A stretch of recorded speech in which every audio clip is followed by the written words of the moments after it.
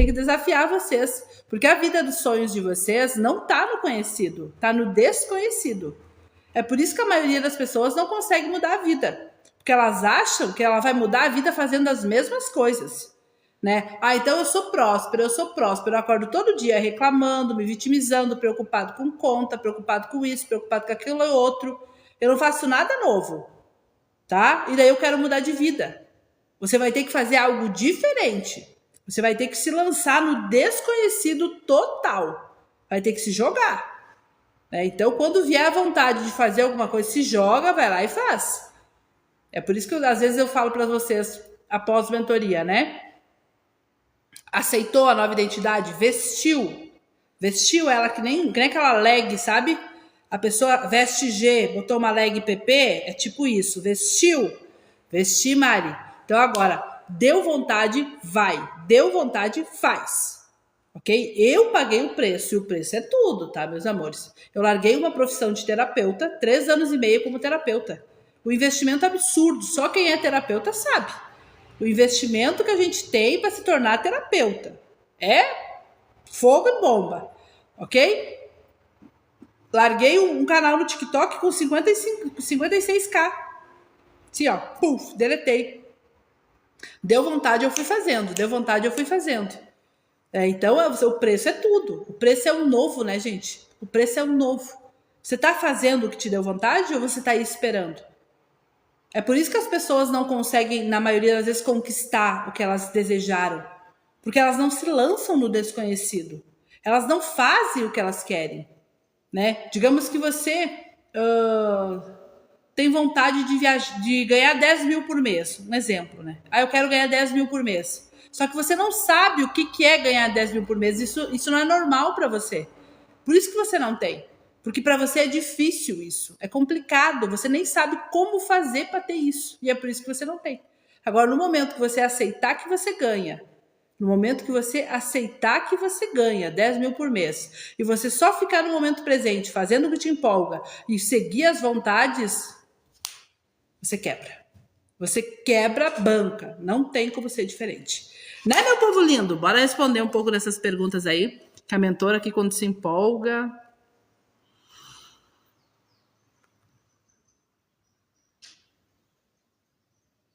O ego dá na nossa cara, gente. O ego dá na nossa cara.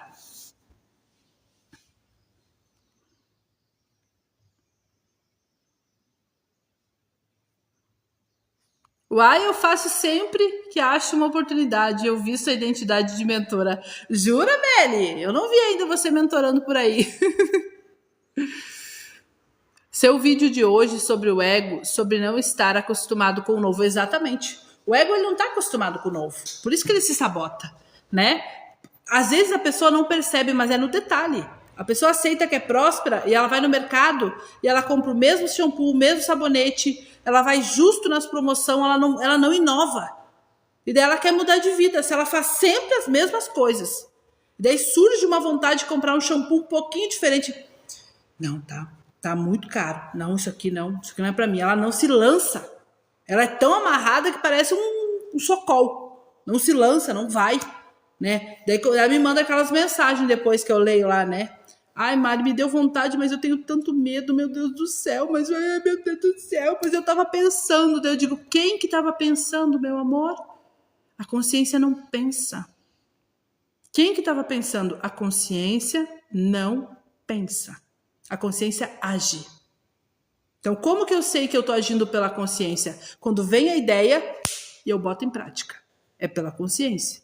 Pelo ego, vem a ideia, eu vou montar um negócio, ó, o ego, né? A ideia vem da consciência, eu vou montar um negócio, ou vou fazer um empréstimo, ou vou comprar tal coisa, né? E o ego começa, mas eu não vou conseguir pagar, porque não vou ter dinheiro, porque se eu comprar eu vou ter que parcelar em 200 vezes, porque meu Deus do céu, o que eu faço? Porque agora o que eu faço? Eu acho que tá errado, acho que eu não vou, e segura. O ego é a prisão mental que você mesmo fez.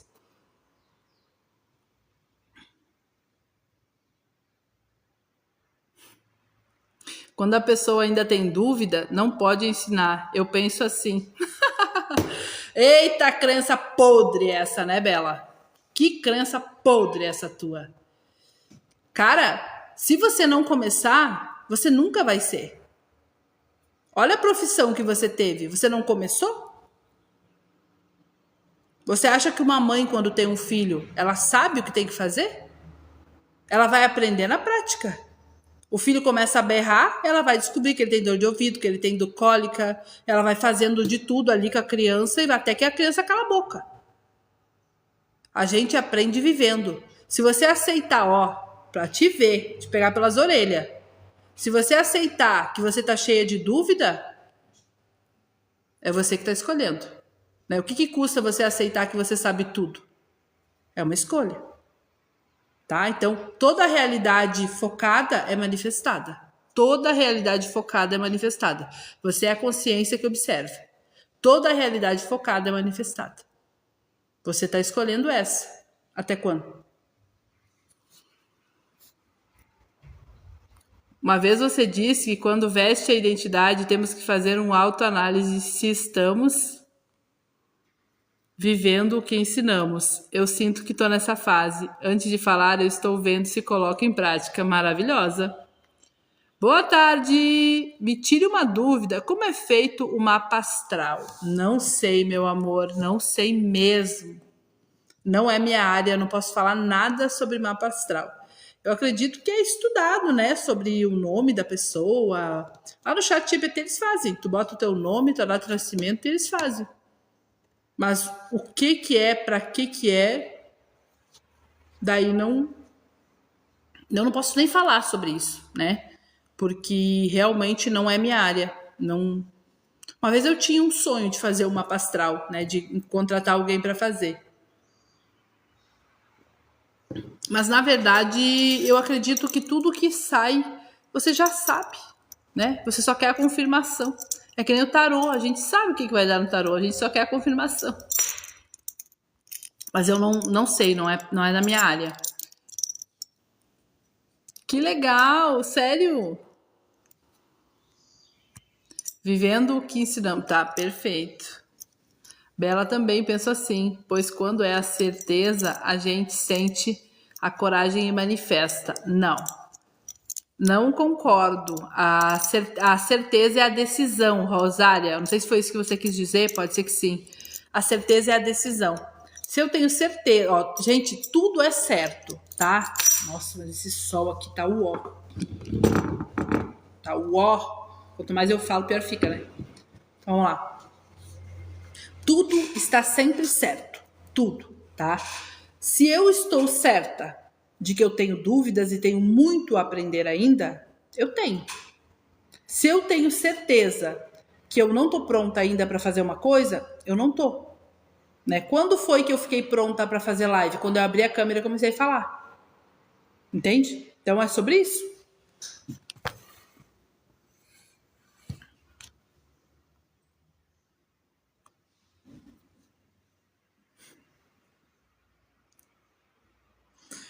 Ai, vocês. Eu falo pra Belle, tá aprendendo com a Mari. Ela é boa para fazer mentoria. A Belle é maravilhosa. Muito, muito. Todos vocês são, né? São tudo. Exatamente.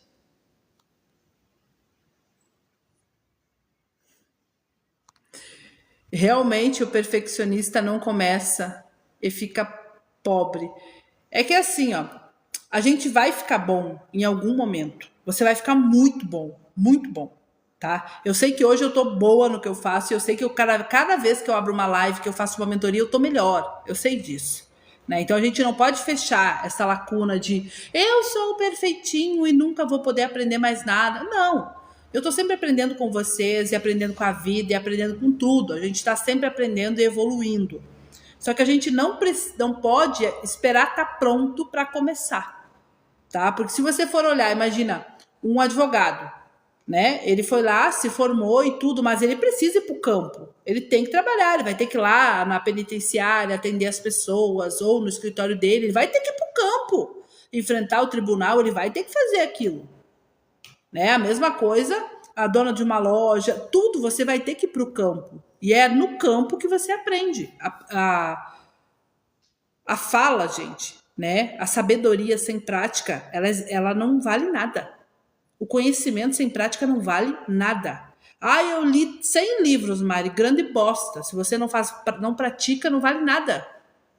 Um dos livros mais simples que existe. Um dos livros mais simples que existe, por exemplo, tá? O Poder do Agora.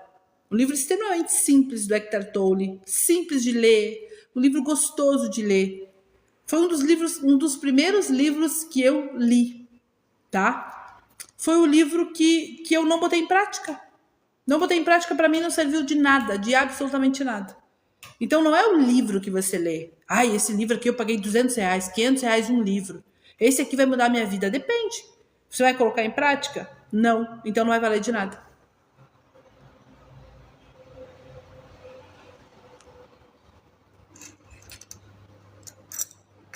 O jeito é começar sem pensar no resultado. Não tem como ficar. É por isso que o ego, quase sempre o ego ganha de nós. É por isso aí, ó, que quase sempre o ego ganha de nós. A gente fica esperando. Ai, quando eu estiver pronto. Ai, quando eu tiver um pouco mais de clareza. E você vai adiando a tua vida. Você nunca vai estar pronto se você está esperando. O jeito é começar sem pensar no resultado.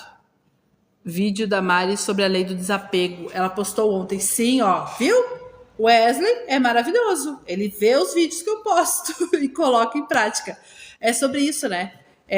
Se eu sei alguma coisa, no caso, se eu sei que eu sou uma mentora de sucesso, eu faço live sem esperar resultados. Tanto faz para mim se aparece uma pessoa, 5, 300, tanto faz. Não muda nada. Porque a live é para mim, não é para vocês. É tudo sobre mim. Então eu não faço isso aqui para nada. O que acontece é consequência da minha vibração e não da minha live. Entende? É sobre isso. Oi, Jana, boa tarde. Sábado, ao ver sua live, tem mudado tanta coisa na minha vida. É por isso que eu adoro fazer live. Porque eu sei que só de falar aqui caem fichas para vocês. A prática leva à perfeição. Exatamente. Gente, eu tenho uma história que é que eu sempre fui louca, né, gente? Eu sempre fui doida. Por isso que onde eu botar a mão prospera. Eu sou doida, louca. Sempre fui.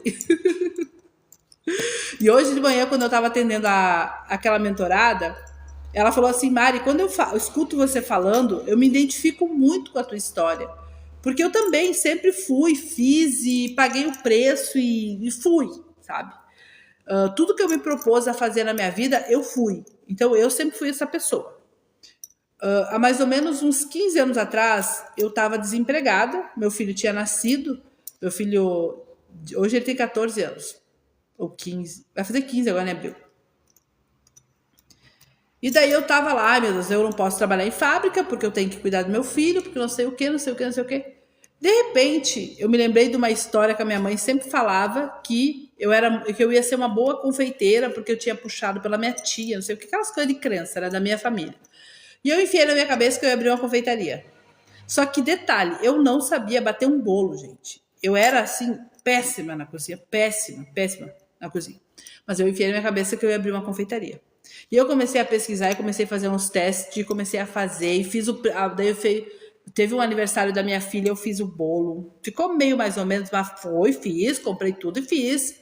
E fui indo, comecei a vender trufa, e foi indo, e foi estourando. De repente eu fui fazendo bolo, e foi, botei salgado, e foi, estourou. Resultado, gente. Eu tive a confeitaria por 8 anos, eu me tornei a melhor confeiteira que essa cidade já teve, com toda certeza. Porque todo mundo falava dos doces, o nome era Doces Pavan. Todo mundo aqui na cidade falava dos doces. Eu vendia para cidades vizinhas, o povo via de longe para comprar os doces personalizados, com pasta americana, que eu fazia. E eu comecei só com a vontade, só com o desejo, só com a ideia, porque eu não tinha mais nada mesmo. Eu tive que aprender a bater bolo, fazer recheio, fazer tudo, que eu não sabia fazer nada. Eu era um zero à esquerda na cozinha. Mas a vontade, eu vesti uma identidade tão forte que eu montei.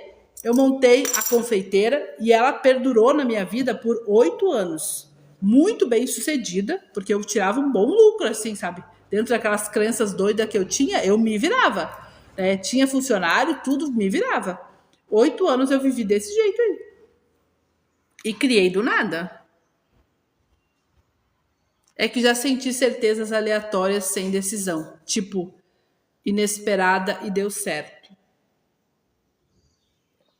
Qual o valor da sua mentoria, Mari? Me chama no privado, Gi. Me chama no privado que eu te passo. Muito importante isso sobre aprender fazendo. Não esperar estar pronto. Você nunca vai estar pronto. Nunca ninguém vai estar pronto.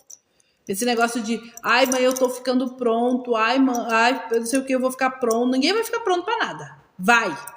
Vai lá, ó, o jogador de futebol. Ele tem que ir lá pro campo, toma canelada, mete, vai, até que fica pronto. A única coisa que ele tem que ter é o foco, a decisão. Qual que é a decisão? Essa, vamos, é isso. Né? Hoje a gente olha pro Neymar, por exemplo. Olha pro Neymar, a história dele. Eu vi um dia uma entrevista dele, que ele falou, querido, todo mirradinho, miudinho ali, né? E ele contou a história que eles foram entrevistar ele porque ele tinha ganhado uma chuteira do técnico dele. O técnico ficou com dó dele, porque ele não tinha chuteira. Daí ele ia jogar às vezes pé no chão, machucava o pezinho e tal. E daí o técnico pegou e deu um presente, né? Comprou a chuteira para ele. E daí o cara foi entrevistar lá, uma coisa ali da regiãozinha mesmo. E ele pequenininho, ali, acho que uns 10 anos, mas bem mirradinho. Daí ele falou, não, eu vou ser o melhor jogador do mundo e eu vou jogar na seleção brasileira. Eu vou fazer isso. Esse é só o primeiro passo, né? E o foco dele era esse. A decisão dele era essa. Então não tinha como dar errado. E ele pagou o preço, ou seja, ele foi com medo mesmo, ele foi de pé no chão, sem chuteira, ralou o pé, tomou porrada na vida e foi, porque o foco dele estava estabelecido. É o teu foco. Você sabe exatamente o que você quer. E se você sabe e você não negocia com a realidade, ah, não tem chuteira, vou de pé no chão. Ah, não tem camiseta, eu vou sem. Ah, mas não tem patrocínio, eu jogo sem patrocínio, eu jogo só por jogar, eu vou. Você, mas não tem que segurar uma pessoa dessa.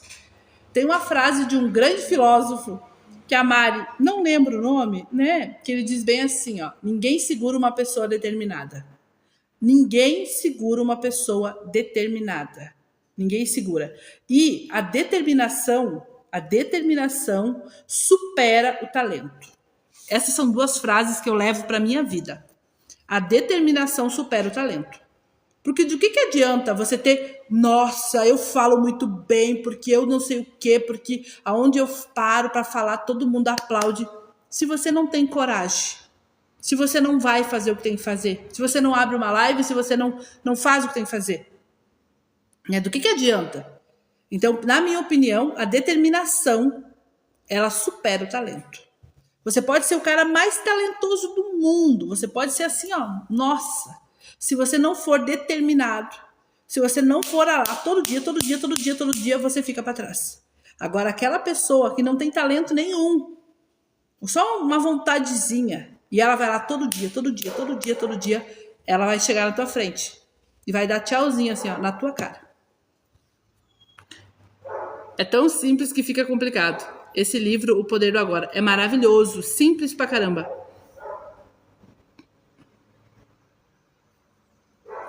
Já deu certo.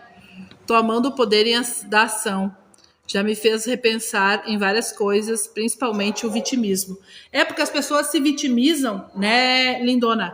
Mas não fazem. Na hora de botar o pau na mesa, não coloca.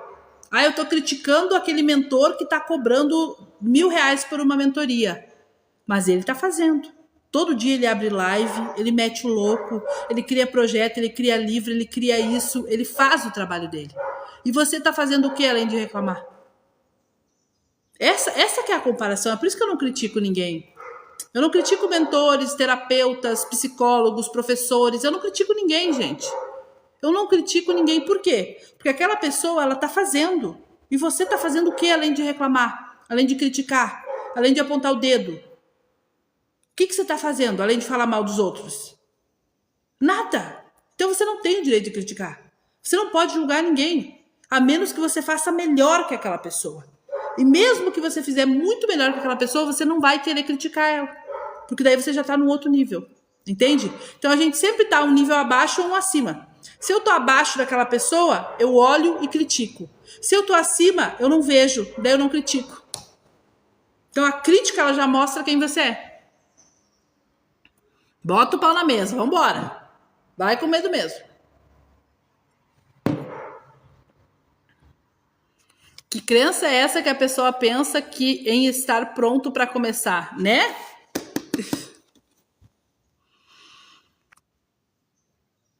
Onde você arrumou dinheiro para iniciar a confeitaria? Eu não tinha nada, não tinha nada. Eu apenas estava construindo a minha casa, gente. Nossa, o que eu tinha era boletos e mais boletos na minha vida. Era só o que eu tinha. Eu não tinha nada.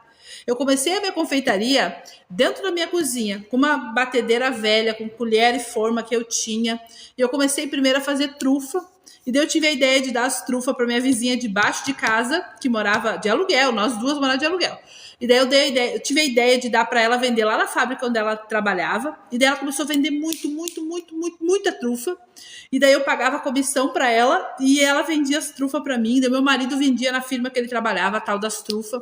Daí eu tive ideia de fazer uma outra barrinha de chocolate e assim foi indo. De repente o povo começou a perguntar se eu fazia bolo. Eu disse, faço. Eu não sabia fazer bolo. E daí eu comecei a fazer uns testes em casa, um saía meio torto, meio capenga, e foi, até que saiu o tal do bolo. E depois eu fui, daí as pessoas começaram, mas tu faz salgadinho? Faço. Comecei a fazer receita de salgadinho, testar em casa e era tudo assim, ó. E metia o louco e fazia, testava e... Gente... E eu montei a confeitaria. Daí, conforme ia entrando o dinheiro, eu fui comprando uma panela, fui comprando uma forma, fui comprando não sei o que. E fui investindo na confeitaria. Eu sei que eu tinha mais ou menos uns 3 meses vendendo... Não, 2 meses vendendo trufa. Daí eu já contratei uma pessoa para me ajudar, porque eu não dava conta. Eu tinha um nenê pequeno. E eu fazia muita trufa. Eu vendia umas 1000 trufas por semana. Era muita trufa. Sabe, assim, muito rápido. E daí eu tive que contratar uma pessoa para vir toda tarde embrulhar a trufa para mim. E eu fazia na minha geladeira. Enchia a geladeira de forminha assim, ó, era uma bagunça, era um tendel, mas eu fazia. Comecei sem saber fazer, sem ter 1 centavo, investimento zero, nada. Meu marido só foi lá comigo na coisa, lá compramos uns chocolate lá, e umas forminhas, e uns coisas para fazer recheio, e eu meti a cara e fiz. E deu certo. Mário, o que te levou a abandonar a confeitaria? Sempre gostei dessa área. Eu acho que foi um momento, sabe? Durante muito tempo eu vivi um sonho que a minha mãe acreditava. Né? A minha mãe sempre falou para mim que eu tinha talentos para cozinha. Não sei de onde é que ela tirou isso, mas ela sempre falou isso para mim e eu acreditei naquilo. Só que conforme eu fui trabalhando com a confeitaria, eu fui percebendo que eu não gostava muito de cozinhar, de fazer coisa de cozinha. Eu não gostava muito daquilo. Sabe? Não era o que me empolgava mesmo. Então eu fui desanimando com o tempo, eu fui percebendo que aquilo não me dava muita empolgação, não, tá? E daí eu fui entrando naquele estado de depressão, de ansiedade, coisa arada, e eu realmente foi pro zero. E daí eu fechei a confeitaria. Mas foi um momento bom, deu super certo, né? No momento que deu, depois eu fechei a confeitaria e deu. Outra coisa, quando eu fechei a confeitaria, agora que vocês deixaram eu falar, agora vocês vão ter que escutar, né? Quando eu fechei a confeitaria, gente, eu não tinha ideia do que eu ia fazer, né? Porque enquanto eu tinha confeitaria, eu tinha dinheiro, né? Tinha dinheiro, tinha funcionário, tinha tudo. Daí, quando eu fechei a confeitaria, só me veio a vontade e eu fechei. Mas eu não tinha ideia do que eu ia fazer. Eu não sabia da onde que eu ia tirar dinheiro. Então, eu fiquei 2 meses sem trabalhar, as coisas apertaram demais na minha casa, e daí surgiu um emprego numa cozinha industrial, né, para fazer de tudo, lavar louça, limpar chão, fazer tudo que tinha que fazer lá. E eu peguei e fui, meu pai ficou quase doido comigo, porque ele disse, eu não acredito que tu fechou a confeitaria para trabalhar para os outros. Eu disse assim, ai pai, me deixa.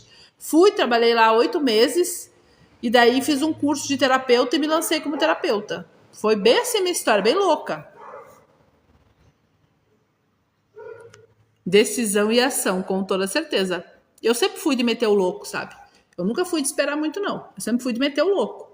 Então, se eu decidir uma coisa, ninguém me tira isso. Mas ninguém me tira e eu pago o preço. Seja o que for, eu faço.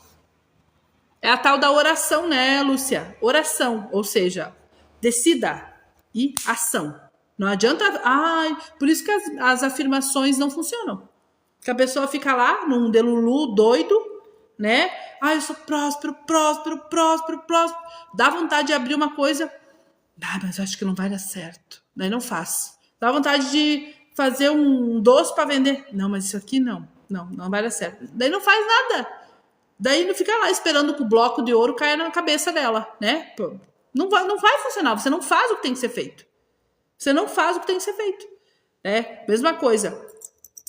Você quer mudar de vida. Daí do nada te dá vontade de sair da casa que você mora. Sai. Não, Mari, meu Deus do céu. E se eu não conseguir isso? E se eu não conseguir aquilo? Você não faz o que tem que ser feito.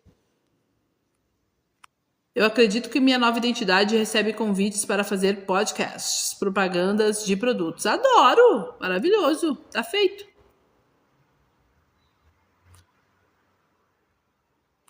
Toda vez que escuto a música Em Busca da Minha Sorte do Tiaguinho, eu lembro das coisas que você fala. Que show!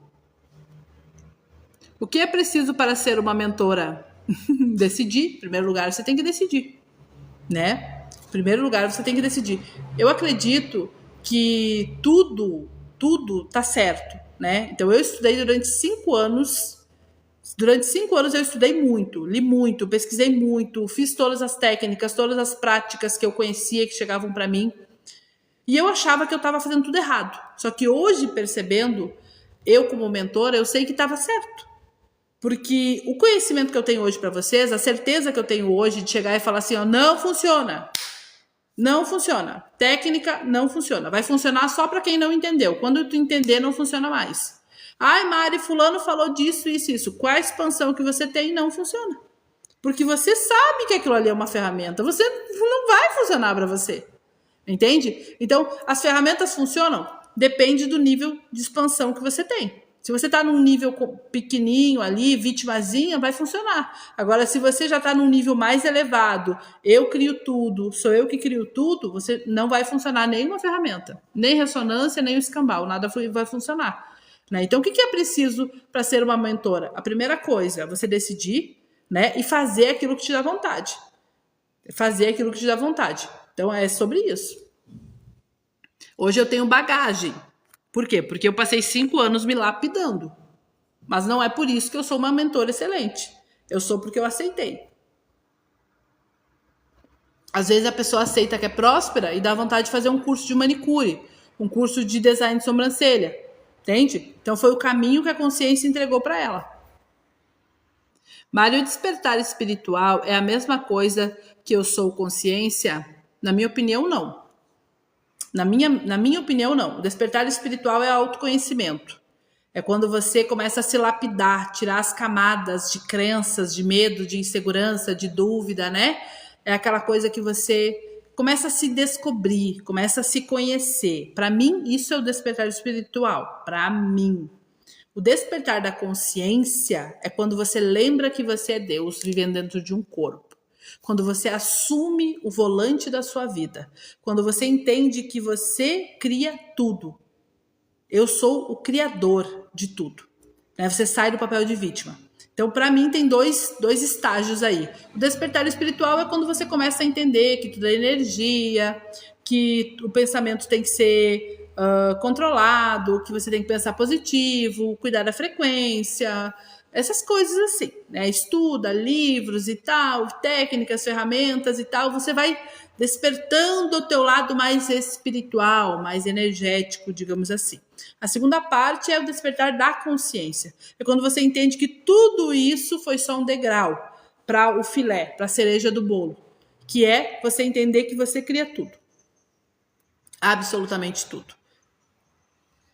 Ah, pensei que tinha que fazer algum curso. Não tem que fazer algum curso. Claro que nós temos métodos, né? Eu tenho um método único para ressignificar crenças. É um método que eu sei que para mim funciona. O que tem? É um método que eu sei que para mim funciona para ressignificar crenças, que para mim dá certo, que é rápido, que funciona. Outros mentores têm outros métodos, cada um tem o seu método, né? E o meu método é meu, o método do fulano é dele, o da ciclana é dela e cada um com o seu. Ok? É que nem médico, cada um tem o seu jeito, professor, cada um tem o seu método e assim por diante. Mas você não tem que fazer um curso para se tornar mentor. Você tem que saber o método certo que você vai usar, vai aplicar na vida da pessoa e que vai dar certo. Entende? Eu acredito que eu ganhei um prêmio. Eu compro os números da sorte e sei que já ganhei. Tá feito. Se você sabe que ganhou, tá feito. Estou trabalhando nisso, despertar. Eu acredito que minha consciência vai até o problema e resolve tudo. Está certo? Mais ou menos. Se fosse no meu caso, eu aceitaria que eu não tenho problema. Né? Porque se eu tenho problema, daí eu tenho problema. Entende? Tudo é perspectiva. Se alguém chega para mim e fala assim, nossa, o teu carro tá com barulho esquisito. Se eu aceitar aquilo, eu tenho um problema. Se eu começar a pensar naquilo, tentar resolver aquilo, eu tenho um problema. Se eu falar consciência, resolve o problema do meu carro, eu tenho um problema. Agora, no momento que eu dizer assim, não tem nada. Meu carro é maravilhoso, é lindo, é incrível. Meu carro, olha, é o melhor carro do mundo. Eu não tenho problema. Daí, o que a consciência vai resolver se eu não tenho problema? Mas se eu aceitar que eu tenho, tenho. Entende?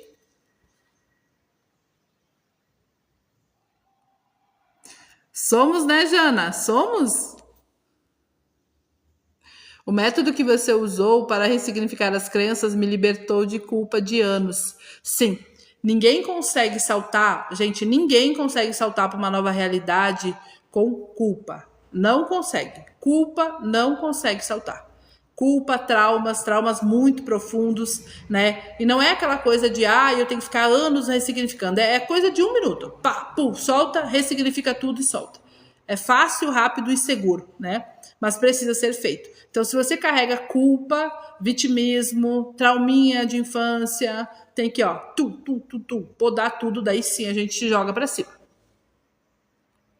Ali é linda, uma energia linda.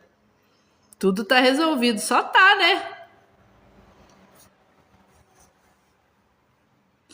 Está falando que você está bebendo substância que prejudica a saúde. Pois é. Pois é, não é? Então.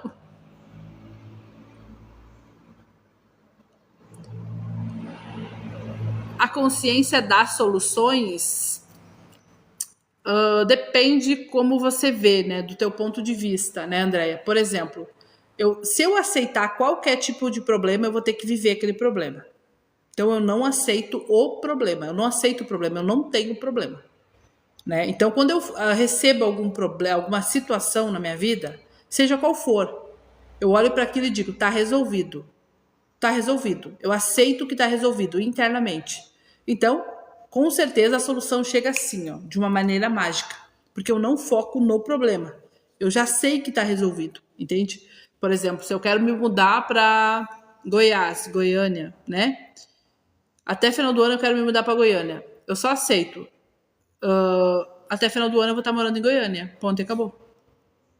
Mas como? Não importa. Eu vou.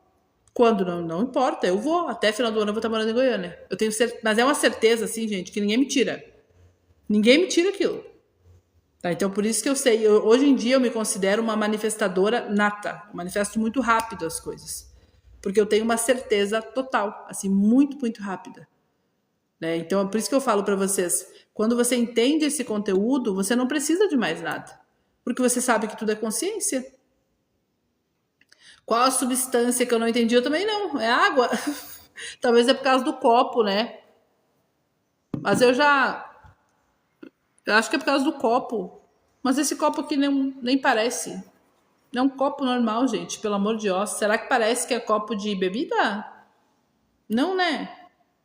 É que a maioria de nós, pessoal, a gente acha que a gente precisa de alguma coisa, né? A gente acha que a gente tem que fazer alguma coisa, que a gente precisa de alguma coisa, mas na verdade a gente não precisa de nada. Na verdade a gente não precisa de nada, né? A gente só tem que saber quem a gente é, observar. Eu tenho um jeito muito fácil de encontrar crença. Eu olho o porquê que eu tô fazendo as coisas, né? Por exemplo, eu ganhei um dinheiro. Isso aqui, com certeza, alguém vai se identificar aqui. Eu ganhei um dinheiro. Qual é o meu primeiro pensamento sobre aquele dinheiro? Guardar, pagar conta. Aquilo aí já revela a minha crença. Então, eu sempre observo o porquê que eu faço as coisas. O porquê que eu faço as coisas. Por que eu faço isso? Ali eu vou procurando a minha crença.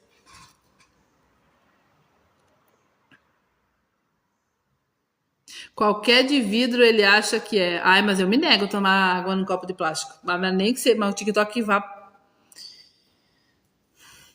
pra luz, né? Pra luz. Mas me nego. Daí sim. Eu deixei de ir num restaurante aqui na minha cidade que eu gostava muito. Eu adoro a pizza de lá. Tem uma pizza maravilhosa.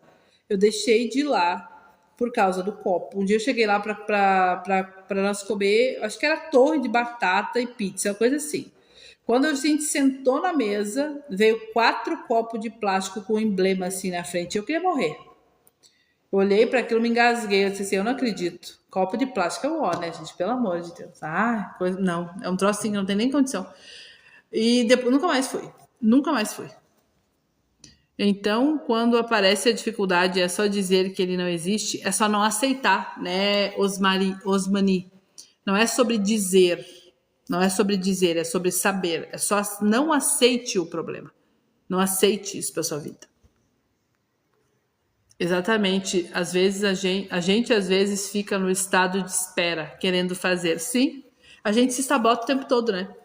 Diz, ah, tá, eu aceitei que eu sou próspero. Daí no outro dia eu acordo, não, vou fazer live pra vir dinheiro, pra vir cliente, que não sei o quê. Entende? A gente se sabota. Você tá fazendo as coisas pra ter o que você não tem. Você acha que você vestiu. Guardar e pagar conta. Sim, daí ali já denuncia a tua crença, né?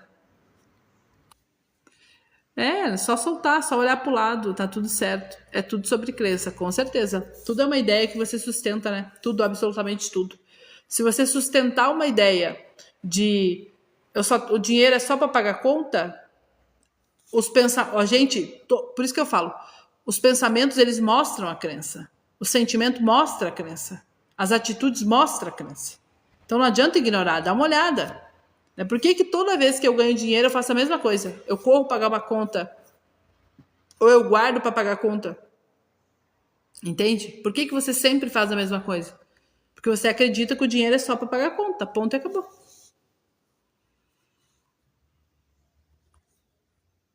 Tem um parente que joga horrores e quando ganha distribui para várias pessoas. Mas se ele é feliz, né? Essa é a crença dele, que ele tem que ser Peter Pan. Daí o problema é dele.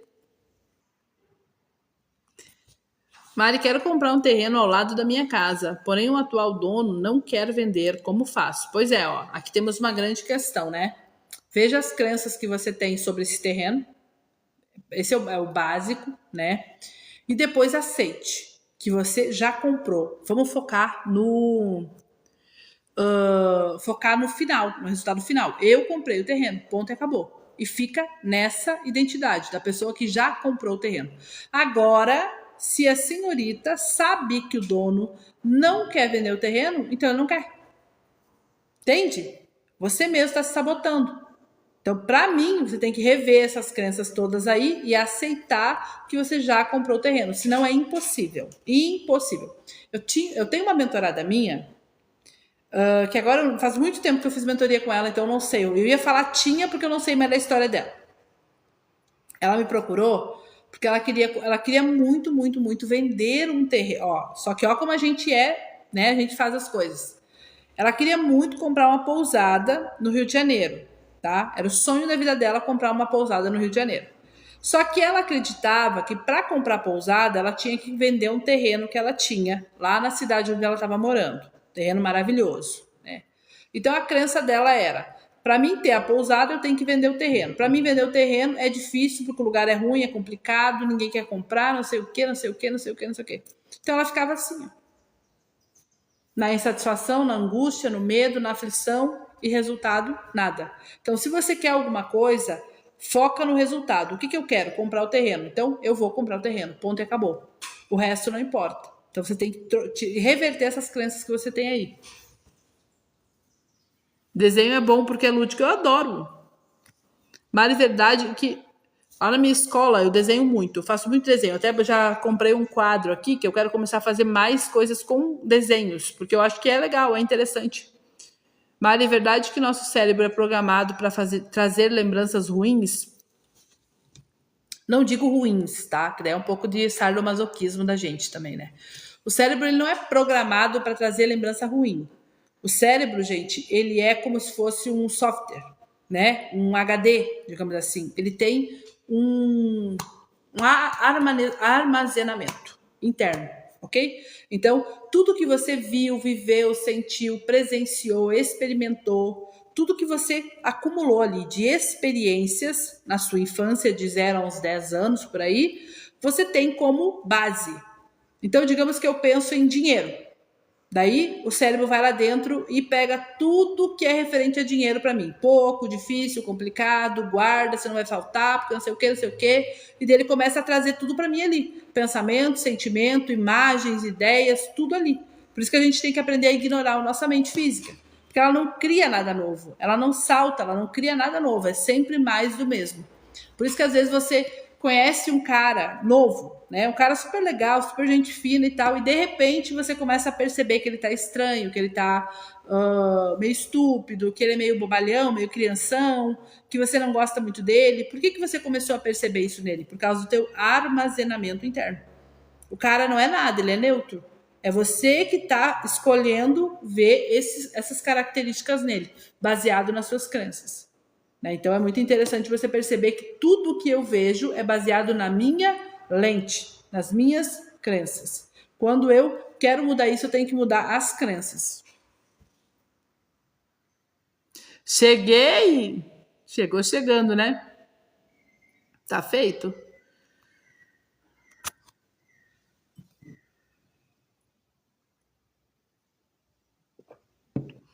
Mari, pode me falar um pouco mais sobre a crença? Tudo acontece na hora certa? Fiquei meio em dúvida. Ai, Beli. Essa é uma crença muito religiosa, tá? Tudo acontece na hora de Deus. Tudo no tempo de Deus. Né? Automaticamente tudo na hora certa. Essa crença, gente, ela vem muito antiga, né? Na minha família era mais ou menos isso. Tudo no tempo de Deus, tudo na hora certa. Quando Deus quiser, vai dar certo. Né? Ela basicamente diz assim para você que se não tá dando certo é porque Deus não quer. É porque não é para você aquilo. É porque não tá na hora daquilo acontecer. Tá? Então é uma crença que você pegou religiosa. A hora certa seria a hora de Deus, a hora que Deus permitir, a hora que Deus quiser, a hora que Deus, né? A hora de Deus, ok? Quando eu entendo sobre isso, eu entendo que eu sou Deus. Eu sou um mini Deus vivendo dentro de um corpo, né? E eu que decido a hora certa. Então, a hora de Deus para enriquecer pode ser daqui 20 anos, 30 anos, 50 anos. Ok? Mas eu decido que é agora. Eu decido que eu sou próspero e abundante agora. E eu fico nessa certeza. Então, eu que faço a hora certa. A hora certa sou eu que faço, quando eu decido e permaneço. Só que enquanto eu continuar nessa crença de é a hora certa, quando Deus quiser, quando Deus permitir, na hora certa vai dar certo. Daí eu fico esperando um dia, quem sabe, talvez, baseado nas minhas crenças, né? Digamos que se eu perguntar para você agora, né? Eu faço uma examinação nas pessoas às vezes. Quanto tempo tu acredita que tu demora para fazer 10 mil? 10 mil por mês, Mário? Um ano, quem sabe? 2? Pois é, então antes disso você não consegue. Para você é fácil ou é difícil ganhar 10 mil por mês? Tá, Mário, é difícil. Então para você jamais. Game over. Tudo que a tua mente física considera difícil, complicado, não vai ter. Né? Perguntar para uma pessoa, quanto tempo tu acha que tu demora para fazer R$1 milhão? Mari, com muito trabalho, com muita dedicação, guardando, economizando e tal, já botou todas as crenças para fora ali, ó. Muito trabalho, muito esforço, muita dedicação, guardando, poupando, economizando ali uns 10 anos, eu acho que eu consigo. Só vai vir daqui 10 anos, 15 anos, 20 anos, com muito trabalho, com muito esforço, com muita dedicação. Então, todos os meios fáceis são podados. Então, por isso que é tão importante olhar para isso, né? Então, o tempo de Deus é o meu tempo, porque eu sou um mini Deus, uma extensão de Deus vivendo aqui na Terra. Então, é o meu tempo, é o tempo que eu decidi. Se eu decidir que é fácil fazer isso, é fácil. Se eu decidir que eu sou, ponto e acabou. O tempo de Deus é o tempo de Deus, o tempo de Eus, o tempo que eu decidi. É tipo isso, né? Vou dar mais um exemplo aqui para você que vai ficar assim, ó, a cereja do bolo. Digamos que uma mulher que ela vive um relacionamento assim horrível, 10 anos, 15 anos, 20 anos, um relacionamento abusivo e tal, né? E dela tá lá, sofrendo, apanhando, ou enfim, um tratamento horrível. De repente ela dá a louca e diz assim, quer saber? Fui! Não quero mais saber se eu tenho que passar fome, se eu tenho que morar com um parente, não interessa, se eu tenho que trabalhar de dia, de noite, de madrugada, eu vou, acabou, Deus chega. ali o tempo de Deus chegou para ela. Ou seja, ela decidiu que ela não vai mais sofrer. Então, ela virou o jogo. Não quer dizer que Deus queria que ela vivesse 10 anos sofrendo e apanhando. Era uma escolha dela. Era uma escolha dela. Por medos, por traumas, não importa, mas era uma escolha dela. No momento que ela ligou o F-Oda-se, se iluminou, ela saiu andando e o mundo de Deus colocou o chão. Ou seja, o tempo de Deus foi. Deu para entender, gente? Eu falei e não falei nada. O tempo de Deus. Gente, eu sou um escândalo. Sou um escândalo. Mentora Premium que vocês têm aqui no TikTok. Sim, porque daí a pessoa fica esperando, né? Ai, se não deu certo é porque não tá pronto ainda, não tá na hora certa ainda. Ainda não é o momento certo, mas não tem momento certo. Todo momento é certo. Não existe momento certo. Todo momento é certo. É assim como uma menina de 14 anos engravida. É o tempo certo, é o momento certo. Ela escolheu, fez a brincadeira, foi, já era. Ai, tá errado, tá nada errado. Tá certo. Então é a lei da causa e efeito que se aplica exatamente. Tá, mas para a morte podemos dizer que é a hora de Deus? Não, é a hora de Deus. É a minha hora. E eu posso estar com 2 anos, 3 anos, 5 anos, 10, 50, 60, 70, é a hora. É a minha hora. Ponto, acabou. Ou seja, só não aconteceu porque está na frequência do desejo. Exatamente. É isso mesmo. O momento é agora. Beijos, amores. Vou deixando vocês agora, que eu tenho um compromisso daqui uns minutinhos, né? Me empolguei na palavra hoje, falei demais. Mas foi bom, a conversa foi maravilhosa, tá? Essa live aqui eu vou picotar ela e vou colocar ela lá no YouTube, tá bom? Então eu acredito que essa semana já vá pra lá. E daí vocês vão poder ver, rever e olhar de novo, tá bom? Beijos, amores, gratidão por tudo, gratidão pela companhia. Se eu conseguir hoje de noite, eu venho dar uma pincelada por aqui, porque hoje eu tô que tô, tá? Mas não confirmo nada com vocês. Beijos, amores. Amo vocês. Beijos, minha galerinha do bem. É isso, né? Bora.